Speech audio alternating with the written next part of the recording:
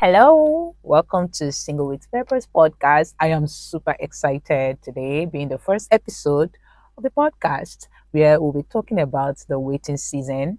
So, the goal is to build a case for God in the eyes of you, myself, the waiter.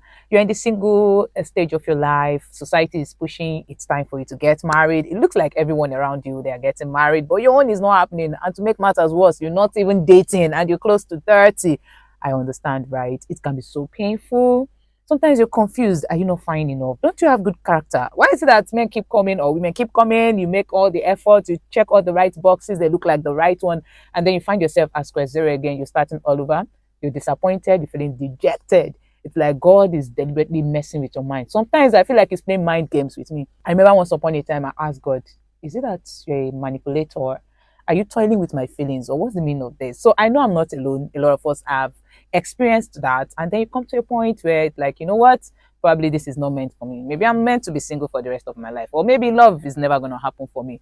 Well, don't throw in the towel yet. Wait until we explore this topic deeper. So let's build a case for God in the eyes of the waiter, those of us in the waiting room. What is God doing whilst we are in the waiting room? Because the waiting room experience is not a time to be wasted. It's a time to be used in building.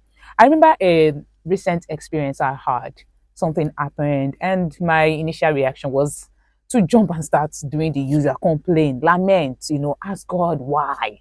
But something in me said, wait, rather than ask God why not ask heaven, what are you trying to achieve with this experience? This thing that has just happened, what are you trying to achieve with it? So rather than complain, I went on my knees and I started praying to God. Okay, tell me what's going on and why is this thing happening to me? And that prayer really, of course, it brought me peace.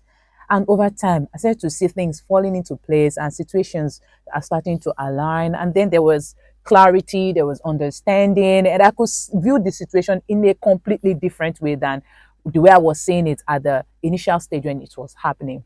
Then backtrack to something that happened in my life a few years ago where I encountered major losses in my business. So much so that I lost my accommodation. I found myself homeless, penniless, broke, dejected. Everyone that were once in my corner, they were no longer there. And then I'm alone once again in aloneness. It was so bad that I was having this mental torture where the sound of people's voice was sparking something in my brain. It was as if I was about losing my mind. But I spent that time praying and seeking God's direction. And here's what I found. The waiting room is not a time of aloneness. You're actually not alone. There is someone there with you. Even when it looks like everyone has deserted you in the waiting room, there is someone there all along. Maybe sometimes not so visible like you want him to be, but he's there with you all along. Remember the book of Romans 8:28. I know we've heard it so many times. Sometimes it becomes like, just the norms, something that we've heard the pastors preach about over and over again.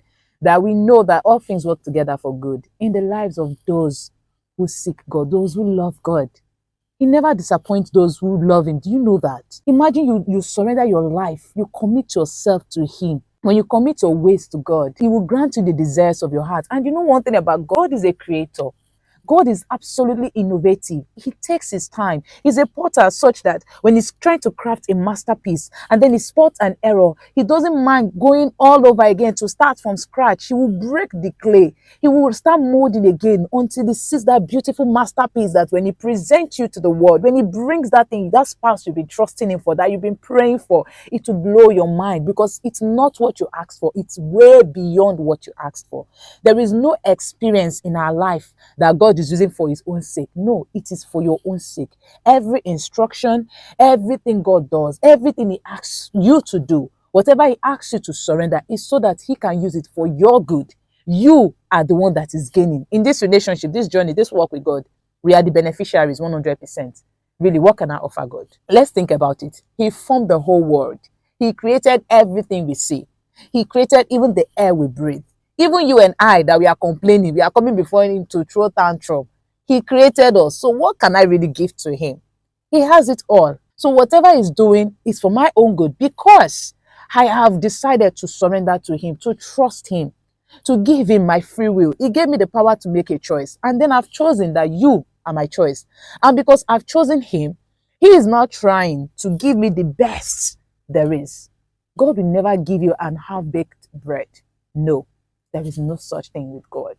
The book of Proverbs 10, there's a place that says, the blessings of the Lord, it maketh rich and added no sorrow. During my time of homelessness, at a point, I raised some money. I was house hunting for months. I couldn't get accommodation. I'll find a place I like. The landlady will say they don't want a single person in their house. Or one thing or the other, they don't want this tribe in their house. And I was frustrated. I was dejected. Because at a point, I even spent my house rent money.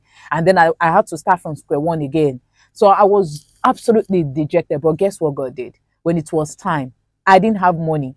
I had nothing to secure that place, but God gave me the place that describes exactly everything I've prayed about, even down to the smallest details as the cleanliness, even the nature. I wanted flowers in the compound, so many things, so many details that I even desired without even putting it into words. He provided. He showed me that, yes, he pays attention even to the smallest details of my life.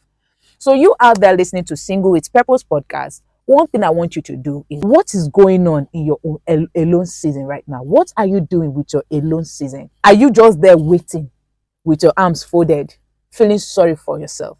How about we do something? Let's shift the perspective.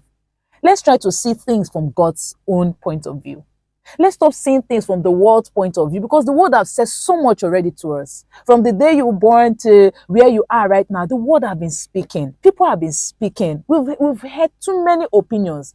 So how about we try for just a moment? Let's quiet the sound, the voice of the world, and try to seek the voice of God. Try to seek the mind of God. Try to understand what God is doing, because He says He has a plan for you and I. And His thoughts and plans towards us are of good, not of evil, to prosper you, to give you a future and a hope. That is what God has said. And He honors His word more than His name. That is who God says He is. He's a respecter of nobody, but at the same time, He's so diligent when it comes to His love for you and I.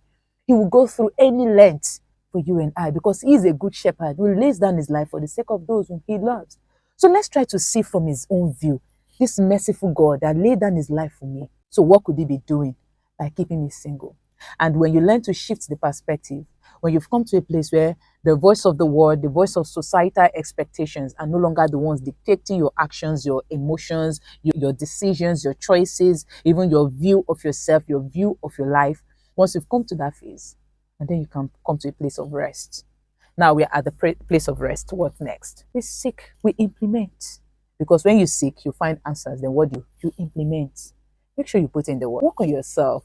Enjoy singlehood though, because once it is over, you cannot get back to it. I've seen a lot of my married friends, when they are looking at me, I could just see the longing in their eyes. I wish I have the kind of freedom you have right now.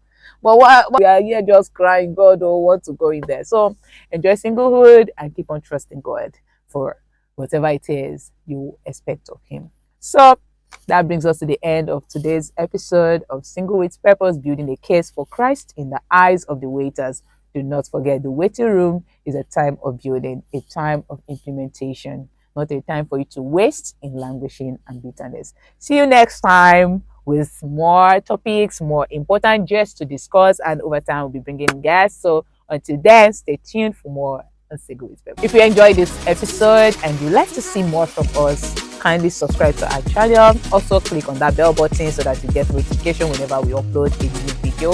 Click the like button and see you next time.